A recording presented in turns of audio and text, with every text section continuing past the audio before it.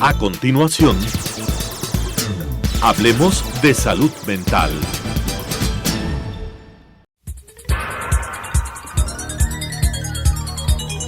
Las opiniones vertidas en este espacio por la producción y dirección del programa son de exclusiva responsabilidad de sus autores y de quienes intervienen en ellos.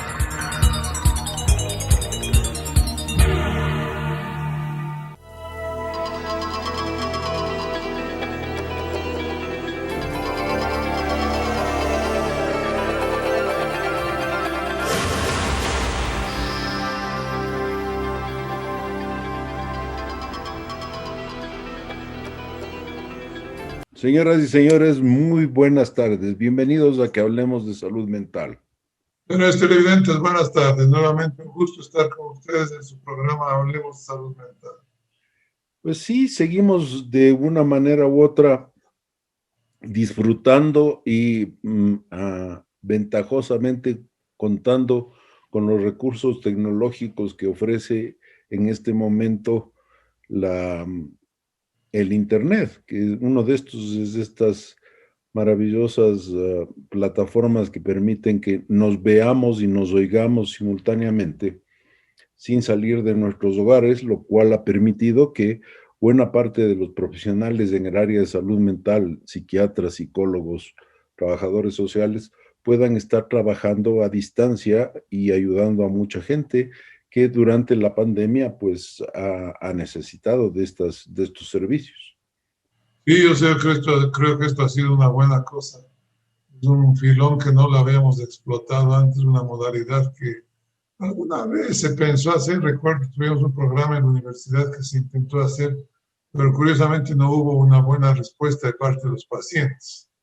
Ahora, en cambio, yo creo que el paciente pues, se siente más cómodo, se siente más seguro, está en su casa, no sale, ve a su médico. Entonces, creo que sí ha sido una coyuntura favorable. Como tú dices, hemos podido seguir ayudando a mucha gente que lo requiere. Hay algunos también que han dicho, ¿me puede ver personalmente? Pues sí, también haciendo esa variedad podemos ayudarlos, ¿no? Claro, que todavía no está muy inmersa en la tecnología.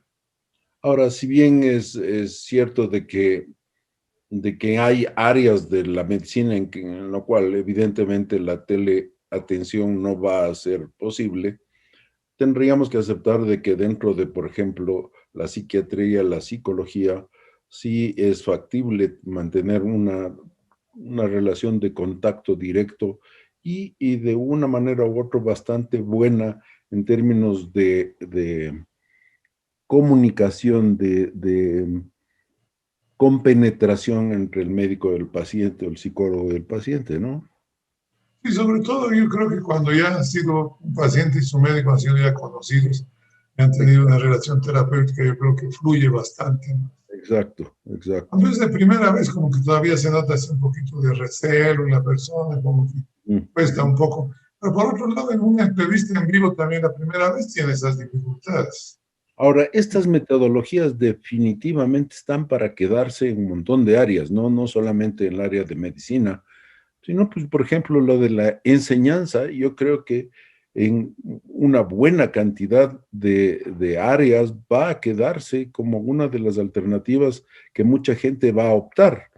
Y eso, por ejemplo, le permite a veces no viajar a otros países para hacer un posgrado, por ejemplo, o hacer una carrera a través de una enseñanza online que de una manera u otra estaba incipiente. Me acuerdo, la Universidad Técnica Particular de Loja ya había montado un equipo al respecto, pero yo creo que ahora todas las universidades se vieron forzadas a hacer esto y de todas maneras creo que se va perfeccionando, mejorando la calidad de la relación y creo que va para largo.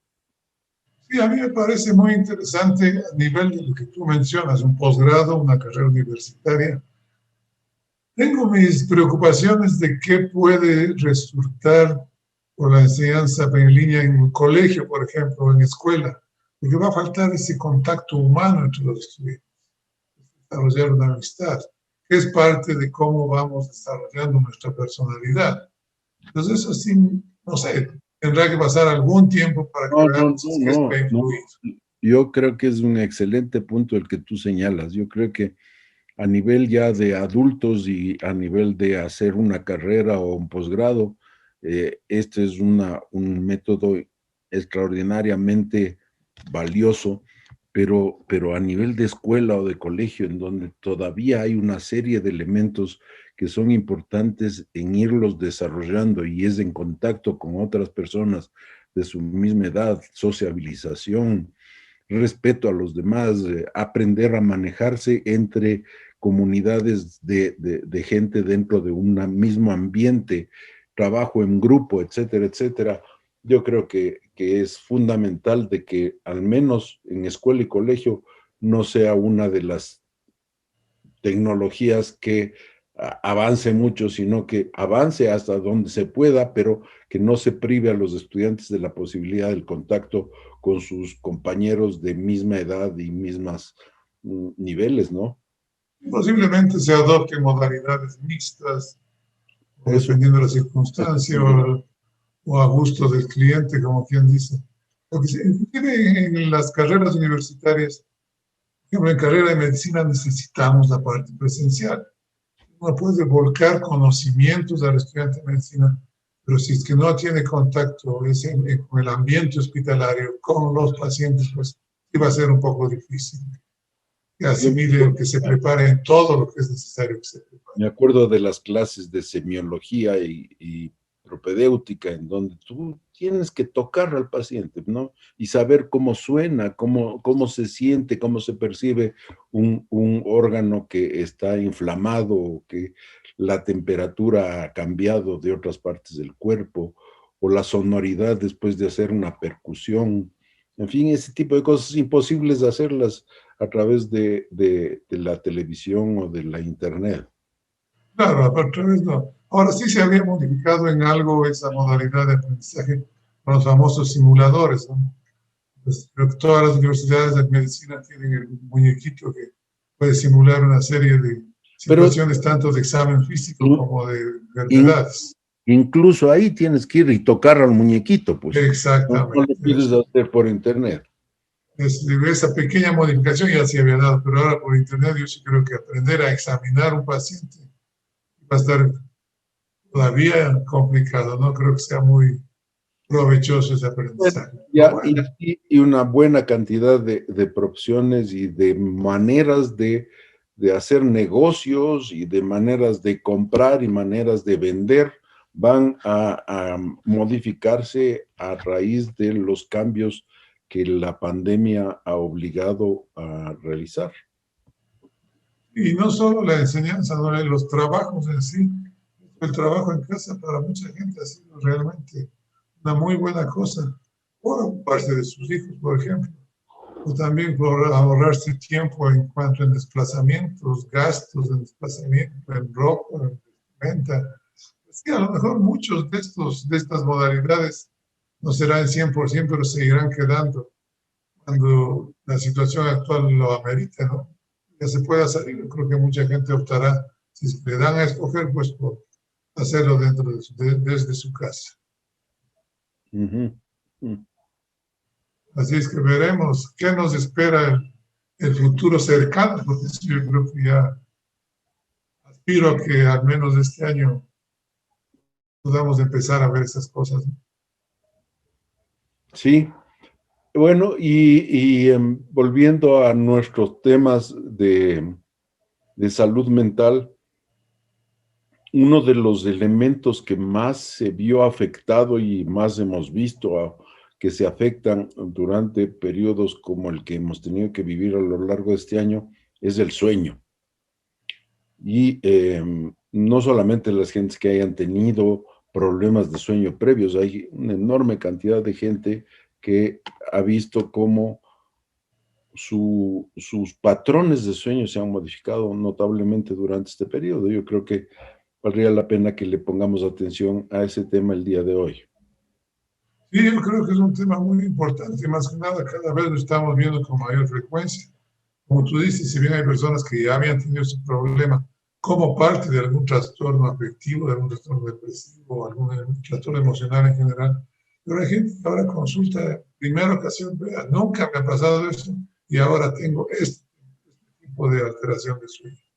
O demoro en conciliar el sueño, o el sueño es muy superficial, o me despierto en madrugada, o tengo una sensación de no haber dormido ya cuando me levanto en la mañana. Así una serie de variedades en las cuales se está alterando un poco el ritmo de sueño de la persona.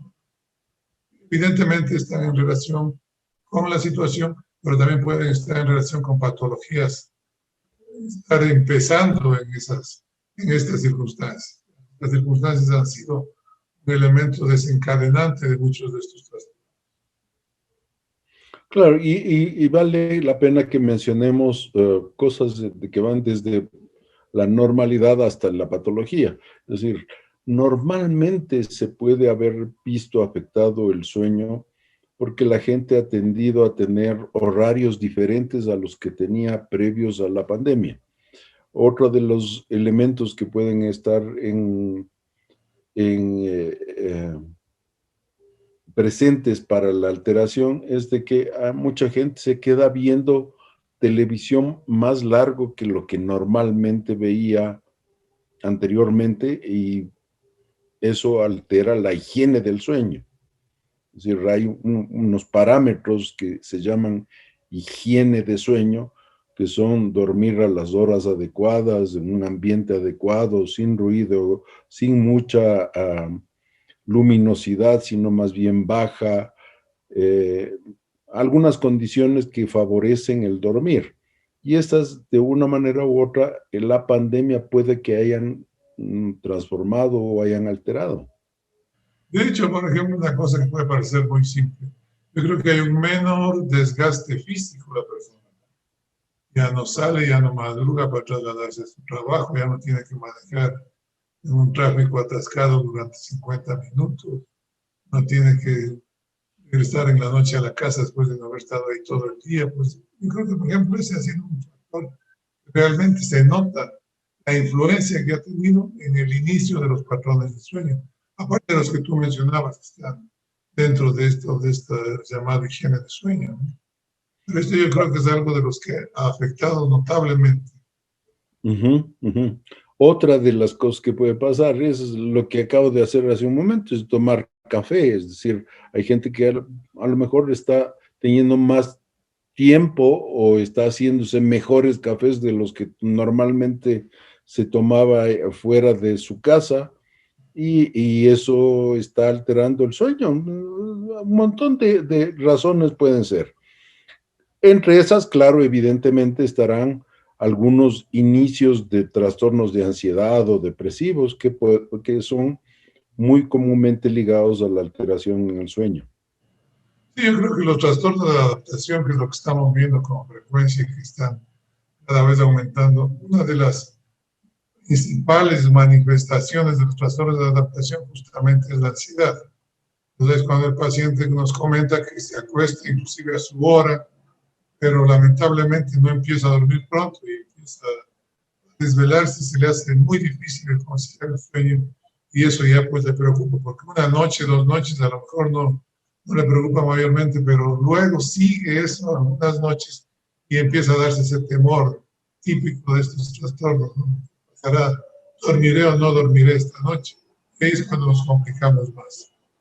Claro, se va convirtiendo en una especie de preocupación y la preocupación de no dormir hace que uno no duerma. Es decir, uno generalmente tiene más bien pocos pensamientos a la hora de dormir. Es decir, qué rico, ya es hora de irme a la cama, me voy a dormir y uno empieza a dormir, pues no es que está pensando si dormiré o no dormiré, sino simplemente duerme.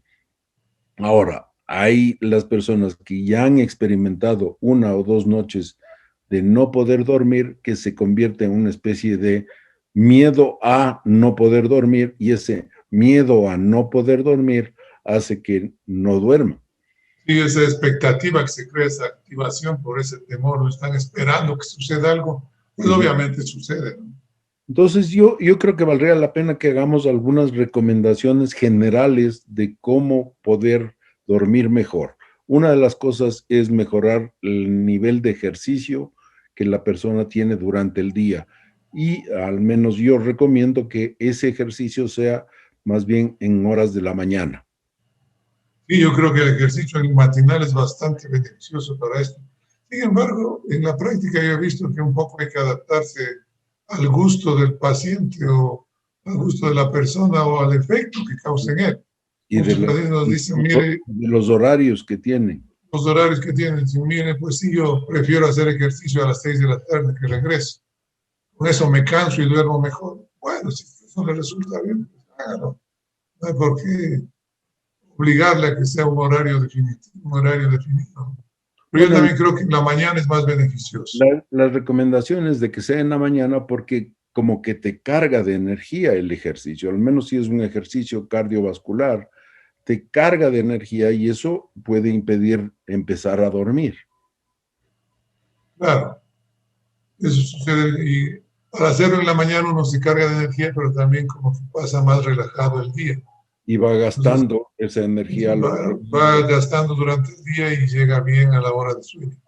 Pero otras personas, pues más bien dicen que el cansancio que les produce un ejercicio cardíaco, bicicleta estática, por ejemplo, me gusta mucho porque dicen me canso y me duermo enseguida. Pero uno no duerme por cansancio físico, uno duerme por otro tipo de cansancio, no es el cansancio físico el que hace dormir. Claro, no hace dormir ya el ritmo biológico que tenemos cada uno de nosotros. Exacto. Ahora, que pueden haber circunstancias que faciliten eso. Y para algunas personas, entre esas puede estar la parte de cansancio físico, ¿no? Bueno, en todo caso, preferiblemente, al menos las mayorías de manuales recomiendan que el ejercicio se haga en horas de la mañana. Como tú dices, también hay variaciones individuales. Hay algunas gentes que a lo mejor les queda mejor en la tarde. Eso no lo dudo a nivel individual y más bien como una especie de cosa rara. Lo ideal es hacer ejercicio en las mañanas para que uno cargue de energía y esa energía se vaya gastando a lo largo del día y pueda empezar a dormir más fácilmente. La otra cosa es que uno no tiene que tomar café o sustancias estimulantes cercanas a la hora de empezar a dormir. Es decir, si es que hay también ahí variaciones, hay personas que necesitan café para empezar a dormir. Exacto, sí. Y la mayoría de las personas no podemos tomar café después de las 6 de la tarde si es que vamos a dormir a las 10 de la noche, porque de todas maneras ese estimulante sigue circulando en nuestro organismo. Pero como tú dices, en eso también hay variaciones. Hay gente que dice toda la vida, cuando uno les das este tipo de recomendaciones, pero yo siempre he tomado y no me afecta. Bueno, si ha tomado y no le afecta, pues tampoco más le afectaría el cambiar ese hábito que ya está establecido. Entonces, si es que usted es de los que necesita un café a las 9 de la noche para dormirse, pues siga tomando ese café a las 9 de la noche para dormirse. Yo creo que es una prueba de diagnóstico para el trastorno por déficit de atención eso. Sí, algunos dicen que eso es muy útil justo en ese tipo de diagnósticos. Claro, las personas que son tendientes a ser muy despistadas, con una atención muy cambiante, pues el café les ayuda a más bien bajar un poquito ese nivel de estimulación cerebral y les ayuda a dormir. En los niños, por ejemplo, todavía se utilizan cápsulas de cafeína para alteraciones del trastorno por déficit de atención y esos niños duermen mejor en esas condiciones. Sí, yo creo que en los niños es bastante más notorio este efecto, ¿no? Y obviamente es una de las indicaciones, lo que tú mencionas, justamente para la hiperactividad, para el déficit de atención. Pero en los adultos como que sí hay variaciones, definitivamente. Otro de los consejos en general es no cambiar el sitio donde uno normalmente duerme. Es decir, las personas no están durmiendo bien en la cama y se van y se duermen en el sofá. Y el sofá se convierte en el sitio ideal para dormir y la cama es el sitio de trabajo. Entonces, no cambiar ese tipo de ubicaciones. Es decir, la cama es para dormir y otros sitios son para trabajar, porque ahora con el asunto de la teletrabajo, también mucha gente está quedando en la cama con su computadora y trabajando desde la cama. Entonces la cama no es un sitio de dormir, es un sitio de trabajar. Y yo creo que eso también afecta a lo que llamamos higiene del sueño. Y el sitio en sí, los factores externos conllevan el cambio de sitio también, la luminosidad, por ejemplo, la temperatura, inclusive la habitación. El dormitorio es una habitación como se utiliza prácticamente todos los días.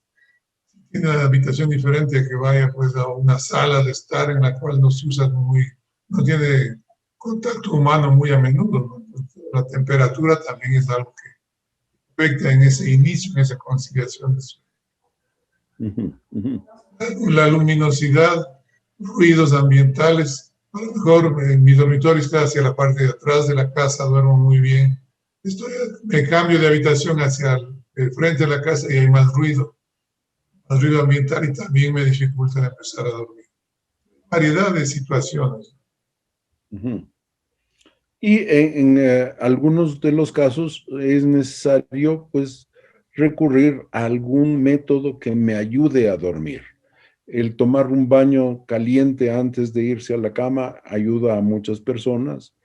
El tomar un poco de leche tibia, por ejemplo, ayuda a otras personas a conciliar el sueño. En nuestro medio se ha hablado durante años de las bondades de la colada de máchica y la colada de manzana como métodos para dormir más fácilmente. Y así son recomendaciones generales que a algunas personas les puede ayudar. Y en general se recomiendan bebidas calientes, que están dentro de las que acabas de mencionar.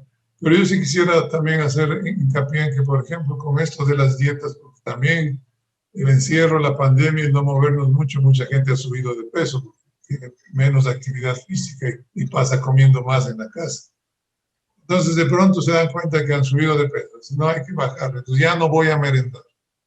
Toda la vida merendado y de pronto desde mañana no meriendo, 2 o 3 días después hay una alteración de sueño porque se ha roto un hábito alimentario que tenía. Eso también estamos viendo que es parte de lo que las personas tienen que cuidarse de no hacer este tipo de cambios bruscos, ¿no? O comer mucho, que puede llevar a que sea difícil empezar a dormir o sostener el sueño por el proceso de la digestión. Y también es que como me demoro en dormir, ahora ya a medianoche bajo a comer alguna cosa a ver si me duermo, y peor, tampoco se duerme. Esto le resulta peor el remedio que la necesidad. Tareas que de una manera u otra llevan a un cansancio visual y de cansancio mental, como leer, por ejemplo, están recomendados. El ver una película tipo Rambo no está recomendado.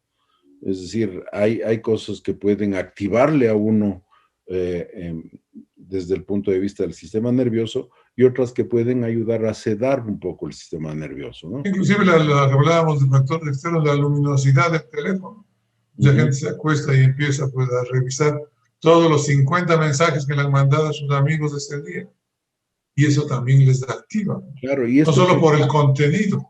Esto que acabas de mencionar es una de las causas más frecuentes del insomnio en personas jóvenes que están cada vez más aferradas al teléfono celular que mantiene un nivel de luminosidad que activan regiones cerebrales como si estuviera de día. Entonces, si es de día, el cerebro dice no es hora de dormir, pues no. Y lamentablemente, personas con este tipo de problemas empiezan a caer en la facilidad de empezar a usar inductores de sueño. Puede que sean beneficiosos en corto plazo y en escasa cantidad, pero que en algunas personas se va complicando por el uso largo e indiscriminado que están empezando a hacer. Bien, para la próxima semana seguiremos abordando temas relacionados a qué hacer con las consecuencias de la pandemia desde el punto de vista de salud mental. Les esperamos la próxima semana. Muy buenas tardes. Hasta la próxima semana, señores televidentes. Hablaremos la próxima semana.